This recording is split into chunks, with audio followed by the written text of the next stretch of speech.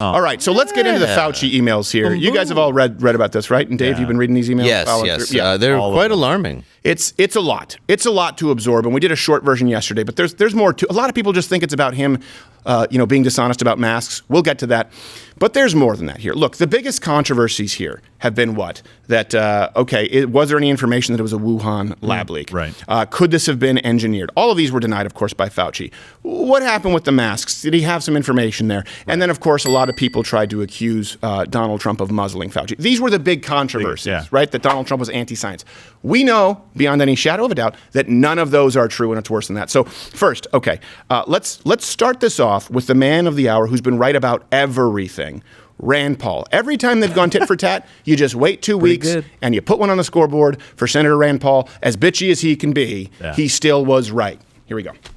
The emails paint a disturbing picture of Dr. Fauci from the very beginning worrying that he had been funding gain-of-function research. And he knows it to this day, but hasn't admitted. But really, there's a lot of evidence that he has a great deal of conflict of interest, and that if it turns out this virus came from the Wuhan lab, which it looks like it did, that there's a great deal of culpability in that he was a big supporter of the funding, but he also was a big supporter to this day of saying we can trust the Chinese on this. We can trust the Chinese scientists. And I think that's quite naive and really should preclude him from the position that he's in. 2 weeks ago in committee hearing, he said they did not fund any gain-of-function research. I quoted that specific paper. Right. So the very paper that he puts in the email, he says, oh my goodness, we need to read this paper because looks like we are actually funding gain-of-function research, which is where we juice up these viruses, take them from animals and infect them into humans. He's admitting that to his underling. He's worried about this in February of last year. Could there be criminal culpability here? A fraud or ongoing collaboration with the Chinese when he was making excuses for them? At the very least, there's moral culpability. So, look, this is something important. And also the other thing, I said two things. I don't know that you can accuse Fauci of perjury. I don't know if you can accuse him of, because he's taken two sides on every issue. Right. I understand that science is developing. It's a developing process. Here's the issue. He would say science is settled, and then policy was made. And then he would pull a 180. That's not the same as saying, hey, we're in the process of testing a hypothesis, so let's be cautious. No. You said it's settled, it's natural, social distancing, lockdowns, and we devastated the economy. Then said, oh, maybe it doesn't work. That's very different. Don't hide behind science. And by the way, it must be a very short science block. I don't think, I wouldn't be surprised if we do some digging and he got some of that midget money in college. If you're under 5 feet, you get midget money. I know this because I knew a midget who was living high on the hog while all my friends were struggling with debt. Well, look, it's not only that what Fauci said with flipping and going back and forth, is that people lost their livelihoods because they disagreed with him. Right. And he knew that those things that we've talked about, and we'll get into details on each, that they were possible, that they were still in process. The investigations were ongoing. Yes. So and he didn't stand up and say anything. Let's get to these clips. So let me show you what Dr. Fauci was saying. And I use that term loosely, doctor. Usually a doctor should see a patient. At least once. Yeah. Or we should know where he came from, not just appear a year and a half ago and ruin everyone's life. He just came out of the water, and the man at the wharf said, Gojira. Oh, Fauci. To make sense now. High beams no work. Oh, no. Need a disinfectant. Oh, you're screwed. On May 5th, he was talking about, people were questioning, is there a possibility that this is man-made? Is that Cinco de Mayo? Publicly, he was saying, no. Here you go. Do you believe, or is there evidence that SARS-CoV-2 was made in the lab in China or accidentally released from a lab in China? Well, there's two issues. If you look at the evolution of the virus in bats and what's out there now, it's very, very strongly leaning towards this could not have been artificially or deliberately manipulated, the way the mutations have naturally evolved.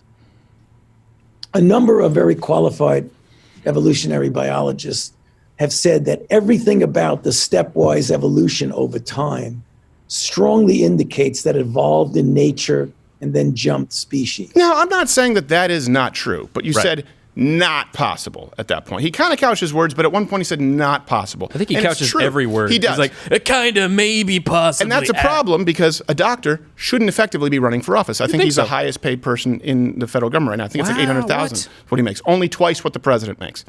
And listen, I'm not saying that he has to be perfect. Said 20 million Americans would be dead by 92 from AIDS. Big swing and a miss, but at least he swung the bat.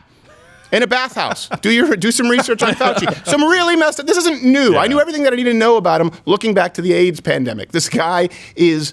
I don't know if I'm not allowed to question authoritative sources. If we just call him a dick, is that okay? Questioning a dick. All right. So that was in May. Yeah. January 31st, 2020. Now we go to the emails. Fauci forwarded a Science magazine article titled "Mining Coronavirus Genomes for Clues to the Outbreak Origins" to immunologist Kristen Anderson and British medical researcher Jeremy Farrar.